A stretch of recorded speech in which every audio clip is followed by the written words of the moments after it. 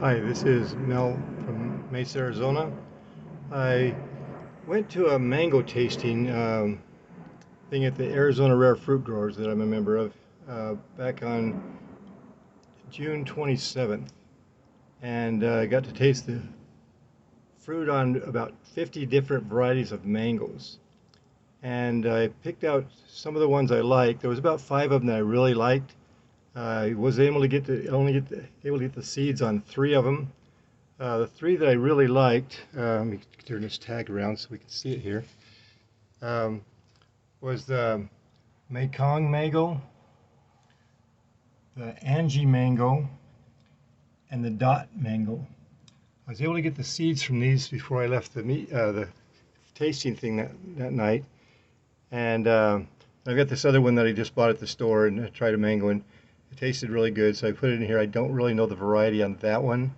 Um, it was really bright red and orange uh, skin on the outside. It was a really fat mango. Tasted good, but yes, it wasn't as good as these other three here. And so I want to talk to you about these three that I actually got the seeds from that night at the thing. These were only planted on the 28th of June. So you can see on the tags here, I planted the very next day that I brought them home from the mango tasting contest there. And the Dot is very juicy, very sweet mango. Had a really good flavor. Some of the mangoes tasted okay, but they were just kind of plain.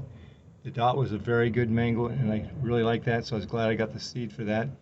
You can see that the leaves on this one grow all along the stem, and they're quite bright. The leaves at the top have a little more burgundy color in them. And then this one here is the Angie. Now this one here took off the first. It's the one that sprouted the fastest. And it's about 14 inches tall, and the leaves are big. Right on this, so it's grown the fastest. And then this one over here is what I really like the flavor of it. It's called the Mekong mango, but this is different. All these other three mangoes are what they call mono embryonic seeds. They only grow one tree per seed. This one here, the Mekong mango, as you can see, we have one, two, three, four, five trees growing all out of one seed because it's what they call a polyembryonic. I've got it right down there, polyembryonic, where this is mono, and this over here is mono embryonic seed. Well, this polyembryonic seed shot up all these. Now, the nice thing about this, if you have a monoembryonic tree, it's not going to be true to the parent tree. It's not going to be the exact same fruit. It'll be similar, but it's not going to be the same fruit. It could be as good, it could be worse, it could be a little bit better. You never know. It's kind of a guessing game when you do that. But on a polyembryonic tree, all but one of these are clones of the parent tree and will have exactly the same fruit as the parent tree did. So these are clones of the parent tree when you get a polyembryonic seed. And I just can't believe, you can see how the burgundy leaves here. I can separate them a little bit here. They're really close. It's going to be interesting to try to separate these later, but I want to make sure that the seed is pretty well used up before I try to separate them, because right now all five of these trees are still pulling energy off of this seed pod here, and you can see the seed pod's nice and green in there. They're all pulling energy off of that, just like these ones are pulling energy off the seed pods here also. But these ones here are going to be clones of the parent plant, and that's why I'm really excited about. And you can see how the beautiful burgundy leaves on the ones on the top. These all have been out, have been under a grow light in my shed off my garage. Now it's been 110 to 115 degrees for the last 2 weeks, and these trees have a couple of leaves on the top. You can see where the heat has affected them a little bit. Heat's affected this one a little bit.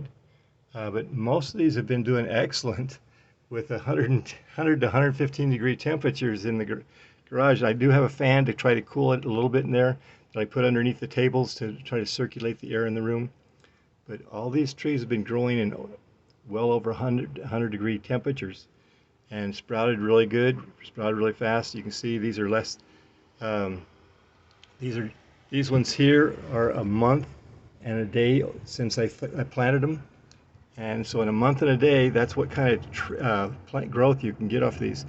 This one here was planted on 7/14, and it sprouted about a week ago. And it's already the 29th of July right now, and you can see how fast it's grown just in 15 days on that one. So if you have any other varieties that you really like a lot, put them in the comments. Tell me about them. And if you have any questions or anything like that about growing mangoes, I put them right into the soil. Some people try to put them into water, into baggies or anything like that, and growing them different ways. But I like growing them right in the soil, and I've had the best luck on this.